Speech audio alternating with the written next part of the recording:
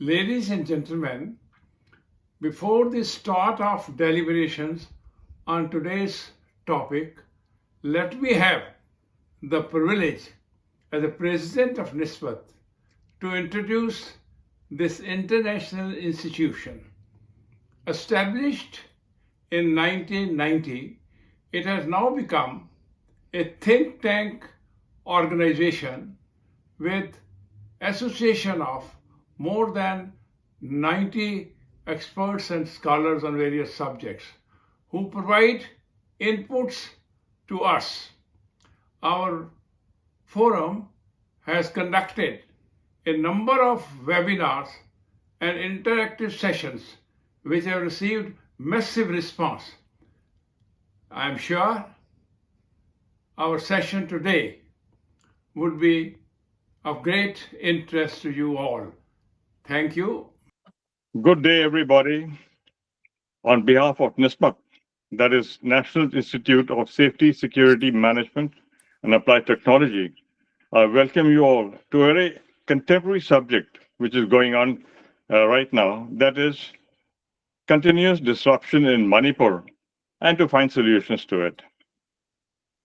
We have already discussed in the past what led to this problem about 23 months back.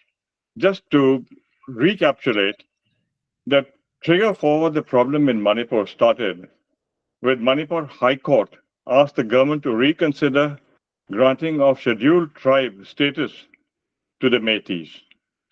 The Kukis and Nagas, who are also in the same area of Manipur, were not happy about it. Then the bills passed by the Manipur Assembly on the land rights in the hills and the valley sector has caused a massive distrust between the Kukis and the Meiteis in particular. Nagas have really not been affected very much in this. As I mentioned, the last 23 months, there has been mayhem in Manipur. And as per one report, about 250 to 300 people have been killed. Around 60,000 people have been displaced. And large amount of property in terms of houses and other things have been destroyed by both the groups, either be the Kukis and the Meiteis. Now, this has an effect in the ethno-religious balance in the Northeast, which is a very dangerous aspect. For this subject, we have a very seasoned and a renowned scholar in Dr. Ajai Sahni. Dr. Ajai Sahni is the Executive Director of the Institute of Conflict Management, the South Asian Terrorism Portal, and Khalistan Extremism Monitor. He is the publisher and editor of the South Asia Intelligence Review and also the project director of Impact. He has served as a member of the Madhukar Gupta Committee on the restructuring of the Ministry of Home Affairs. Presently, he is a member or was a member of the Police Modernization and Strengthening Committee in one of the states in North India. He has researched and written extensively on the issue relating to conflict management, politics, and development in South Asia. He has participated in advisory projects undertaken by various national and state governments. He has jointly edited a book with Mr. K.P.S. Gill, the famous Mr. K.P.S. Gill, who had a very major role to play in sorting out the insurgency in Punjab. The book contained terror and containment perspective on the India's internal security, global threat on terror that is related to ideology, material, and political linkages. He has lectured extensively on various professional institutes. He appears frequently as an expert on terrorism and insurgency in the electronic and print media and also internationally. I'll request Dr. Ajai Sahni to dwell on the subject of continuous disruption in Manipur and to find solutions to it. Well, as you have said, General, there has been this entire, the numbers don't really reflect accurately the degree of disruption that we are talking about. Yes, 200 and we count on the South Asia Terrorism Portal, 265 fatalities just in the insurgency-linked incidents. Yes. There would be other civilian fatalities in the clashes between the two communities. There is a lot of overlap between the numbers, so I cannot give a very firm number over here. But insurgency-linked fatalities have been 265 on our count already. 25 of these fatalities have occurred in the current year. They are all fatalities of from insurgent groups, Meiteis groups fighting Kuki groups. As a matter of fact, both the sides have made groups, insurgent groups, be it the Kukis as well as the Meiteis. They are attacking each other. Yes, they have had these insurgent groups, but you see, as far as the Kuki groups were concerned, all of them were in peace talks with the government. Yes. And now we have gone back to a situation where they are at war, not only with the state, but also with each other. More importantly, and this is unprecedented in the history of independent India, the state has been partitioned. I use the word advisedly. Yes. It has not just been divided, it has been partitioned. There is a buffer zone between the Meiteis areas, the valley, and the hill areas, which is policed and patrolled by the armed forces. Yes. The divide that is there between the two communities has become so deep and has been fed by a politics of very vicious polarization, particularly by Meiteis leaders and particularly by the chief minister, or the who has just been forced to resign by the center. The chief minister, who has been recorded using vicious language, who has given interviews making completely false claims against the Kukis. So the atmosphere has been so deeply vitiated that it is not enough to simply say so many people have died and it's a problem and we need to address the insurgency problem. It is now a problem of communities that have been so completely polarized. There is so much anger, so much hatred one against the other, with reason or without. The other thing is that entire groups, social organizations have come into existence. You have the Arambai Tengol, which is a Manipuri group led by a very high-profile leader, the former king of the Manipuri people in the prior to their absorption into the Indian Union. He has been advocating a extreme, you could say, position where they are talking about going back to the traditional tribal faiths of the Sanomahi, as they call it. But more importantly, there is nothing objectionable about returning to one faith or another. But more importantly is leading a very, very aggressive campaign against the Christians. And now the Kukis are largely Christian.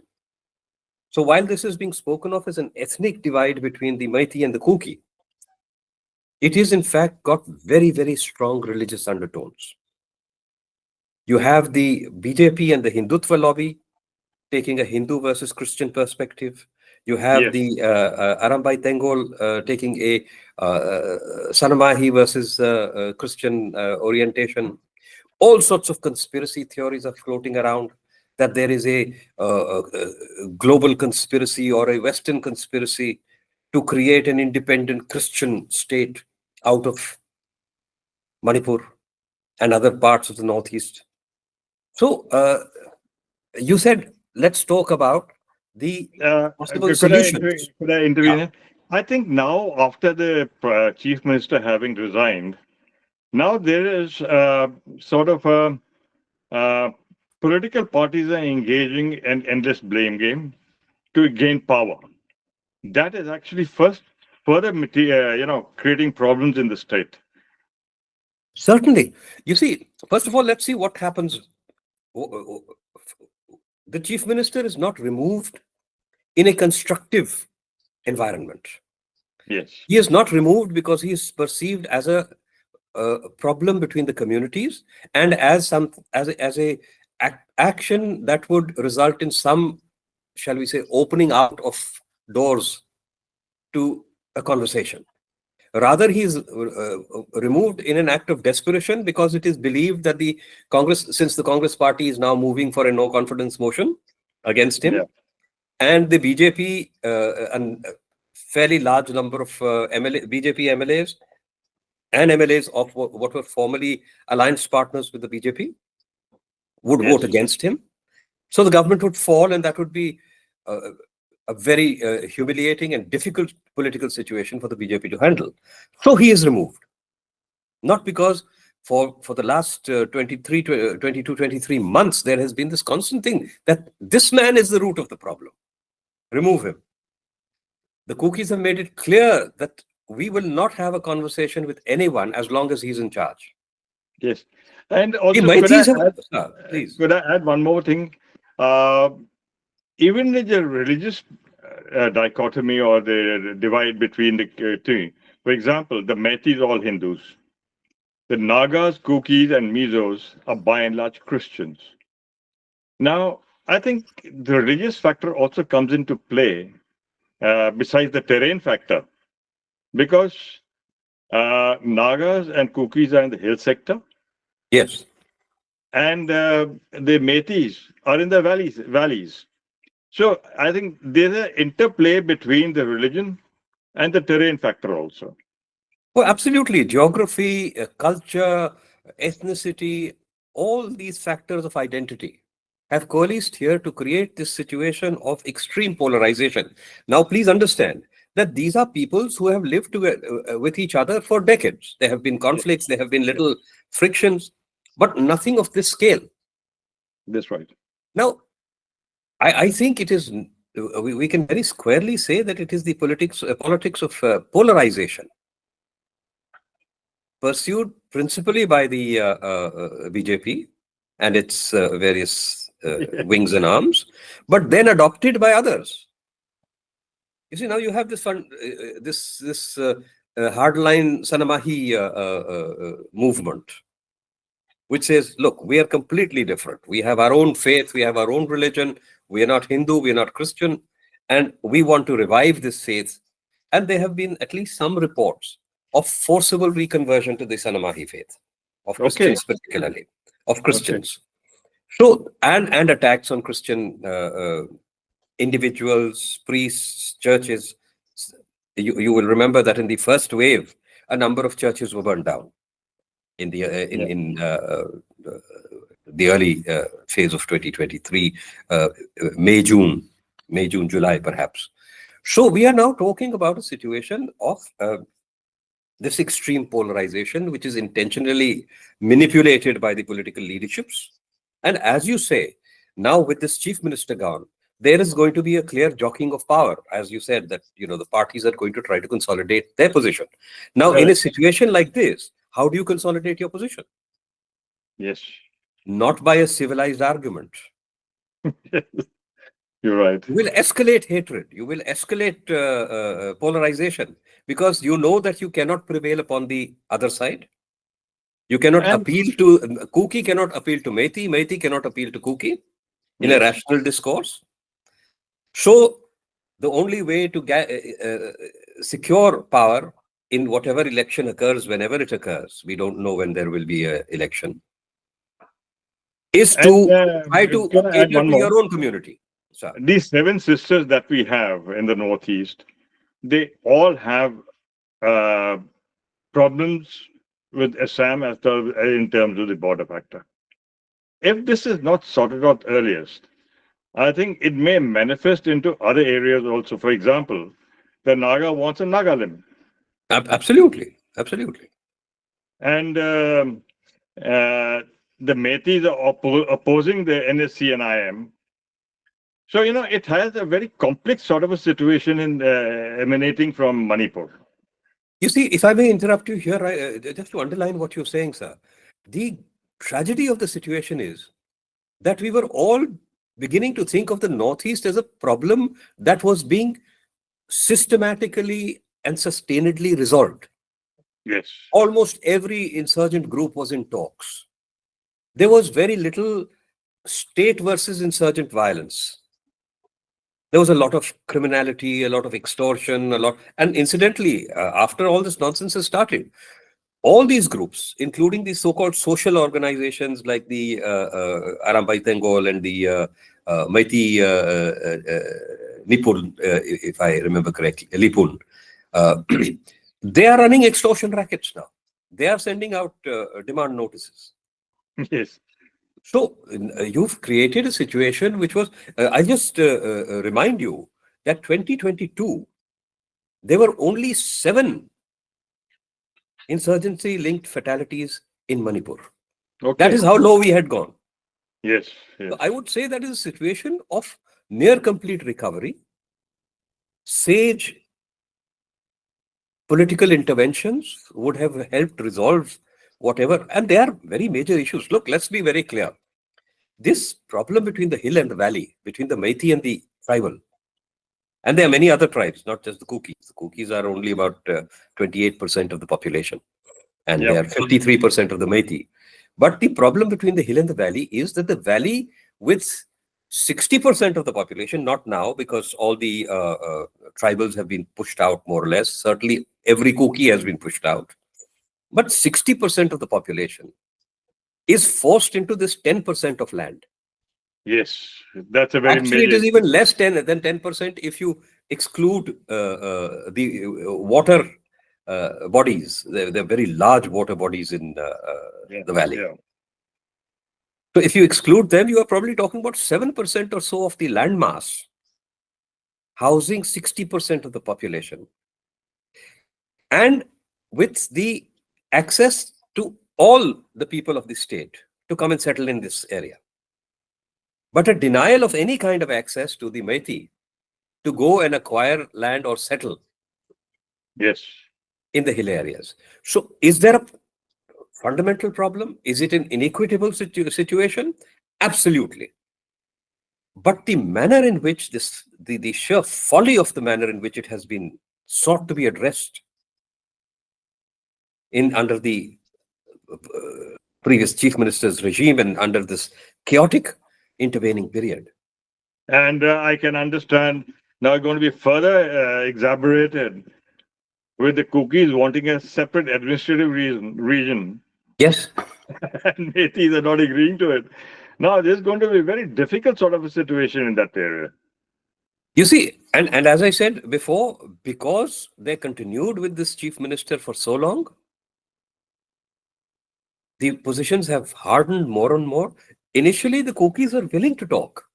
Yes, yes. But they wanted a face they could trust. This was not an individual they could trust. They had been completely betrayed, not only betrayed, but cursed and abused by this person. That's right. In the most communal language, in the most ethnically charged language. With falsehoods from a position of such high office. So there was no possibility. Now, of course, you've got president's rule. Does this open out a new opportunity? Now, as I said, this is, first of all, it's come so late. It will be perceived as having come in a situation where the center was not acting in good faith, but was forced to act. Yes. It's a time delay in this case. Absolutely right. Exactly. So I am not very sure that this is going to, but let's say one thing, that the removal of this chief minister is at least, under whatever circumstances, is at least the beginning of possibilities. Yes. Yes. Because let me tell you one thing, they no longer trust the center either, the Kukis. Yes. Because they believe that the center has backed up the Meiteis on communal ground. With Mr. Bhalla going as the governor, yes, it helped in creating a neutral sort of a setting between the Meiteis and the Kukis. Hopefully, he would be able administrations don't matter, sir. We must understand one thing. Well, okay, that's too sweeping a statement. Administrations do matter, but it will take a long time for an administration to recover the trust that has been broken by political action. Yes. That is the problem. There's Mr. Bhalla is there. You've got Kuldeep Singh over there. You've got the police and central paramilitary forces over there who have now begun to at least ensure that the constant frictional violence between the two areas is removed. But it is removed by an artifice which is completely unacceptable. Yes.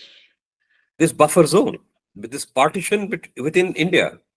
This new partition within India. So it's a very difficult situation, but the removal of the chief minister is an important first step under any circumstances, and we may begin to hope that if administrative action remains, shall we say, impartial, shows fairness.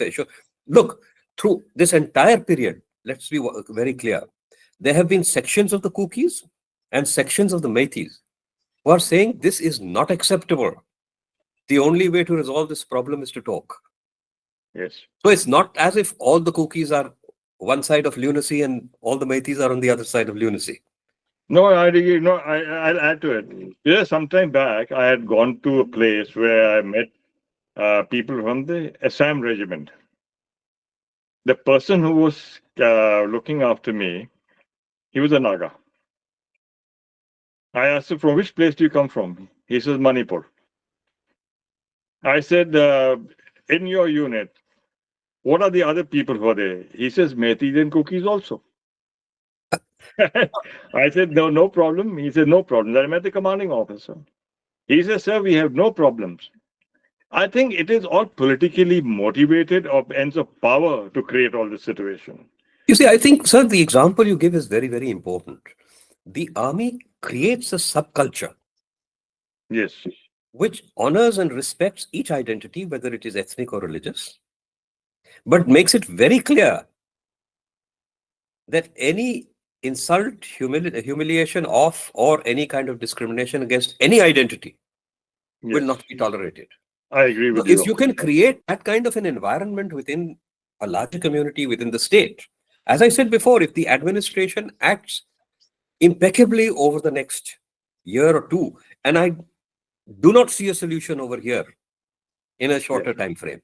Let's be very clear. If you think, oh, the chief minister's gone, now home minister will go there and he'll hold a couple of meetings and everyone will be happy. First of all, please understand the problem is fairly difficult to resolve. It's a very difficult sort of a situation. And now with this instability in Myanmar, with this Arakan army coming and taking over Rakhine. Yes. And with this approximately 398 kilometers of border of Manipur with Myanmar, there's a report to say a large number of Myanmari Kukis have already come into Nagaland and Manipur. Yes, a significant number are believed to have come into Mizoram primarily, sir. I think the largest number is roughly 10,000 have come into Mizoram. Okay. Mizoram is the principal area they have gone into because the Kuki Mizo are interrelated clans.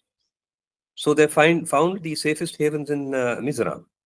And that's where the largest population has gone. Some have gone to Nagaland, some have also come into Manipur. But the numbers are not as large as the Mizoram numbers. So that is a problem.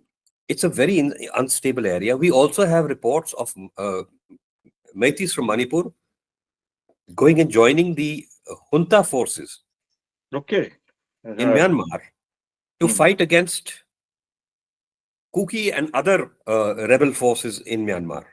So these are all complexities that will become more and more difficult to handle. Of course, in this case, the center has already removed that free movement regime which allowed people to cross over without hindrance. They have talked about fencing off the border, but this is not going, again, this is something that is going to take a couple of years and no less. And the states are observed. And will be contested. They're not happy with it. Because it will be substantially contested. It will be substantially contested. So even if we do it, it'll take a couple of years. And then we may be able to say something about adequately patrolling the border. Otherwise, a near 400-kilometer border, you can't just seal it off with people with You human can't. deployment. And the jungle terrain and the hilly It's terrain a are very difficult terrain. for It's more not an easy difficult. terrain. Yes. So that will be there. But I think the problem is external factors and forces play there, but the problem is internal overwhelmingly, and the solution will also have to be internal. And it requires a very high measure of political sagacity, Exactly, sir. which I see very little evidence of. I'm very sorry to say that. I agree. But there is let me also reiterate, there is a very strong impetus in large proportions of the populations on both sides that peace should be restored, and that whatever the problems are, they should be resolved without this kind of bloodshed, because everyone is suffering. That's right. And if these insurgents keep on acting, everyone comes in more and more under a regime of violence and extortion. Nobody is left out of it. But this sort of a thing I think both the sides will have to compromise tremendously on the stand to get peace in that area. Be it Kukis and Meiteis, they have to compromise to quite an extent. Absolutely, absolutely. This kind of, this mutually polarized narrative that has been embedded over the last, very intensely embedded over the last 2 years almost, will have to be abandoned. And they will have to talk to each other and try to restore some sense first of a status quo ante. First, that all right, this is how we were living, and we were living in reasonable conditions of peace. So let's go back to that, and then Correct. look at these more intractable problems and see what is a just solution to them. As I said, there is a structural injustice in the population distributions and the land ownership laws. And yes, we must protect the tribals. But that does not mean that we take the majority population and victimize them. So they will have, but that is a discourse that will have to be taken up after, as I said before, a status quo ante is established.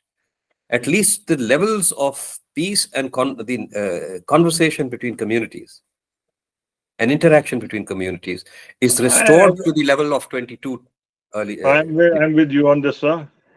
I feel the weapons which have been stolen by both the groups from the armories of the state forces, they have to be cut back, because those are the weapons and ammunition which are being used by these insurgent groups. I'll make 2 points on that, sir. One, let's not just say weapons that have been stolen by both groups. Let us recognize that the overwhelming proportion of these weapons have been taken by the Meiteis. That largest cache of almost 4,000 plus weapons taken at a single stroke was by the Meitei groups. All right. Other groups have, even I think a couple of weeks ago, we had a raid on an IRB encampment in Thobal, where they ran off with 6 weapons. But those are 6 weapons here, 7 weapons, 10 weapons there. Having said this, let me also make it clear that if there are groups and individuals who have the intention to do mischief, they will get weapons. They will get weapons either through this device of being... let's also get one thing clear. As far as the Meiteis are concerned, they were facilitated in looting these weapons. That's right. They met with no resistance. So we come back again to the nature of the previous chief minister's regime. But having said that, I reiterate that weapons are the easiest thing to get, especially along the border with a completely violently disrupted state like Myanmar. So weapons will come. You recover these, they will get others. So you have to normalize the situation within, where people are not going out and looking for ways to get weapons. Otherwise, weapons flows, they are available across the border into Myanmar. There are people who will deliver the weapons to your doorstep. Correct. Because external forces are there. The environment of our neighborhood, Myanmar, of course, increasingly Bangladesh. Yes, that is a major problem which is coming up. That's another problem. It's a distinct problem. But the northeastern environment is significantly disturbed. And I think we cannot have, shall we say, perfect faith in the intentions and actions of the Chinese. So I would suspect that weapons are not the problem. That's right. And this overemphasis on these looted weapons being recovered. That's of course, they important. must be recovered. They must be recovered. Absolutely. And we must underline the fact also that as far as the valley is concerned, no really vigorous effort to recover those weapons has been made. The Arambai Tangol cadres are parading through these towns of the valley, displaying weapons. So I think, but even if that is sort of corrected, if under president's rule, all these weapons are recovered, as long as this hatred, as long as this rage between communities persists, as long as insurgent groups find opportunities, if nothing else, to make money. Exactly. 90% of the insurgencies are criminalized. Yes. Maybe there are 10% of people over there or less, probably, who are actually inspired by some kind of political or ideological goal. But 90% of the people are there they're opportunists.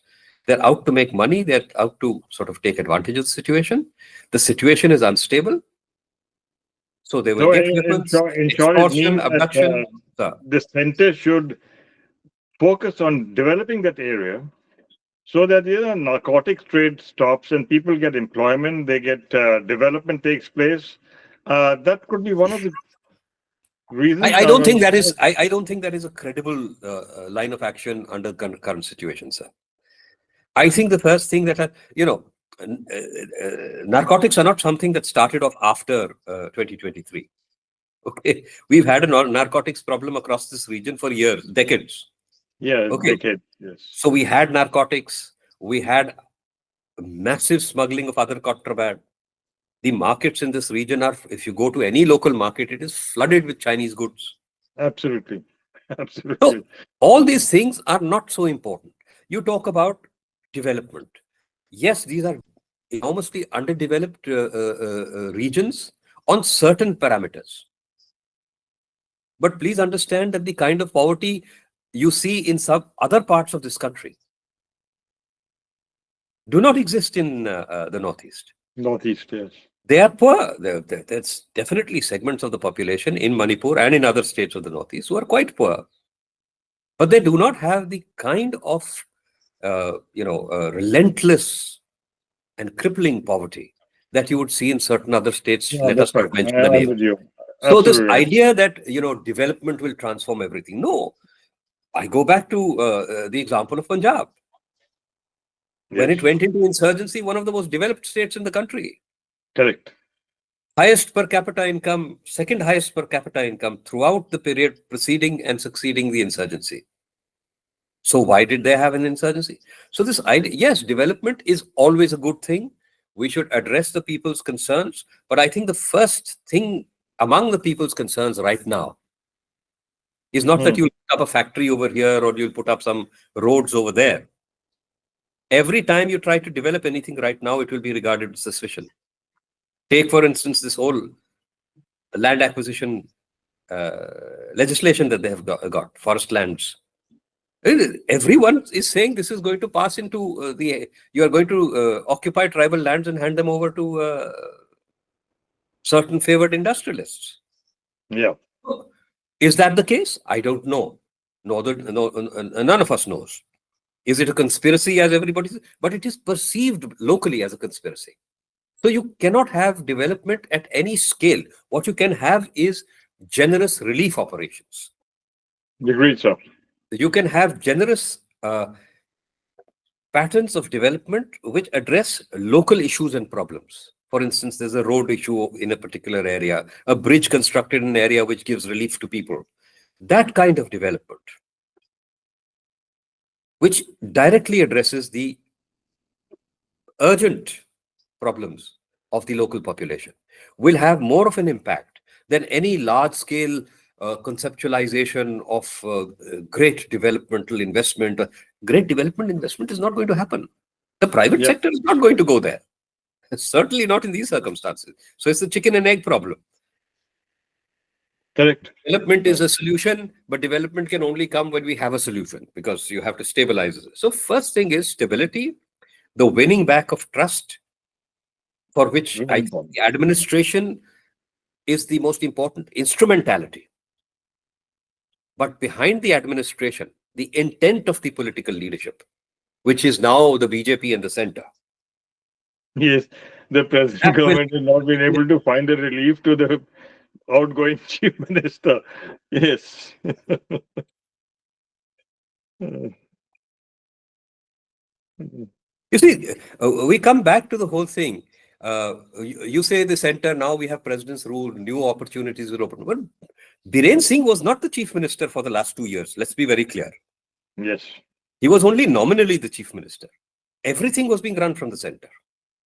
Yeah, that's right. That's right. All major appointments, all major decisions were being taken by Delhi. Yes. And this is not lost upon the local population.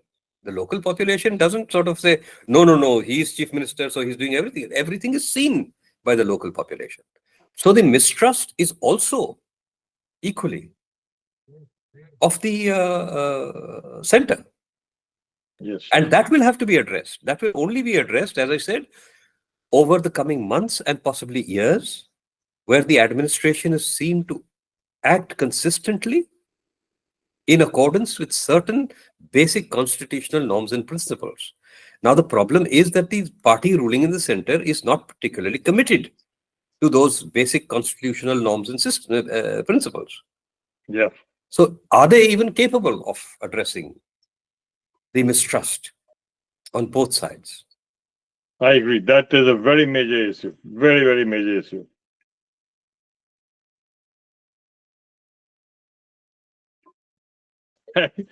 I hope this problem is curtailed or contained within this area and does not go into the other areas, because the tribal affinities, loyalties are very strong in the Northeast. And I think we have to be very careful what is happening in Manipur and also in other neighboring states. And now, as you have very correctly brought out, with Bangladesh also coming up into being, now we have to be very, very careful on this. You see, it's not only a question of the ethnic linkages across borders. So what happens in Manipur does trouble people in Nagaland. It does trouble people in Mizoram. It does trouble people in Assam. The more important factor to my mind is the demonstration of vulnerability of the state. That a state that was more or less recovered, more or less completely stable, Yes, can be thrown into such chaos overnight, literally, because it happened overnight. It happened in 2 months, 3 months. that's right. And we are still Exactly. living with the consequences almost 2 years later. 23 months. This will encourage others who are both these insurgent groups, many of whom are in conversation or in talks or negotiations with this government.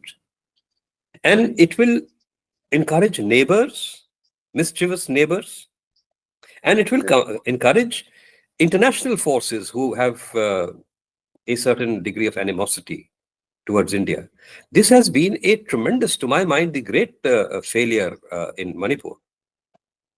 Is this demonstration to all our enemies that we are vulnerable, that this can be done even in an area of relative peace, of almost, I would say, complete recovery from a long-standing insurgency, decades-long insurgency. So I think a lot of people are going to be encouraged to do even greater mischief, not only in Manipur, but in all the areas around. Oh, you hit it. You're absolutely right. Absolutely right. Like the Chief Minister of Mizoram is talking of a larger area of we're looking into. Yes. So we have to be very careful on that. Absolutely, because there's political opportunism everywhere. Our own leaderships are not honorable, are not committed to any constitutional norms. They will do anything. I mean, the Manipur chief minister is a person who has jumped from one party to another. Yes. Merely for power. he has no ideological commitment to the BJP. It's past. And that is true of almost, I mean, if you see the chief ministers of the northeastern states who have either are backed by the BJP or who have so-called BJP chief ministers, they all come not from the RSS BJP lineage. They are all people who have crossed over into the BJP because they saw an opportunity. So this is an extremely, let us say, unethical, unscrupulous leadership, which will do just about anything, get into any kind of conspiracy with anybody to secure or protect their own power. Yes. So, I think what the solution you have very correctly brought out is that firstly you have to have a trust, to have a very change the governance in the state, to have a credible governance. Absolutely. To have build a trust between the various tribes which are there. Fortunately, Nagas are not come into play in Manipur, and all the weapons which have been looted should be got back. And any other point you have towards sorting out the situation there for a better future? You see, I think just as we have seen that the Arambai Tengol has been one of the critical factors alongside Meiteis Lipun, but Meiteis Lipun has become marginalized relatively, that social organizations can play a very critical, almost decisive role. Yes. Certainly in this case for bad, but that should encourage us to believe that there is also a possibility of social organizations to come forward and reach out, I think, beyond and outside the political outreach to the Very other important. You're very important point. Right. Let's forget about these mischievous politicians. Yes. Let's forget about this partisan political polarizing discourse. I want peace. I do not hate the Kuki. I want peace. I do not hate the Meiteis. Let us begin to set up structures and organizations where we are able to begin to talk to each other. Now, when I say this, I must also recognize the minute you try to do this, and the minute credible formations begin to emerge, there will be many spoilers. The groups that have created the problem will be the primary spoilers. Politicians who would be threatened by this independent process would become spoilers because they may want a solution, but they want the solution under their aegis. Yes. Absolutely right. If you are providing the solution, then that is to my disadvantage. I will do everything to undermine that. But I still feel that social organizations, especially in the Northeast, where social organizations tend to be very strong. We've seen very, very good and very powerful movements in the past, both, as I said, for good and for evil. So I do feel that outside whatever political schemes the center may come up with now to bring these two parties together, I think there is a responsibility among the larger communities to find ways to reach out to each other, at least the saner elements in both communities. And I'm sure what you're saying, there must be a large number of people on both the sides who would be wanting peace. They want amity with each other. And I'm sure... Please understand, they are very closely linked communities. Yes. For decades, there is intermarriage. It may not be very frequent now, but it is not as if these are all, in watertight containers, two individual communities. They have interacted with each other. They are relatively freer societies. So there has been a lot of, social intercourse, marital intercourse. So, absolutely. I think we should not be completely overwhelmed by the degree of polarization that has now been created. and understand that these are peoples who have lived with each other for centuries. And always, of course, with coming and going friction. Absolutely. But also a very strong base of mutual understanding. That's So we right. have to find ways to recover that mutual understanding. And I think the sagacity of the state is a critical element in trying to, if not actually creating that mutual understanding, at least getting out of the way of that mutual understanding. Very important Now, point. what is happening Right. is that the state itself and its instrumentalities and its institutions have been very much a part of the problem. Whether it Yeah. was the High Court, which Yeah, passed an that's right. order which the Supreme Court described in the the harshest language as being illegal and obnoxious. It is not often that the Supreme Court uses language of this nature, but it described that High Court order as illegal and obnoxious. That's right. So you see that the judicial institutions have been abused to create this situation. Correct. The state administration, the political leadership, all these, the elected representatives, all of these have played a very, very negative role. I agree with you, sir.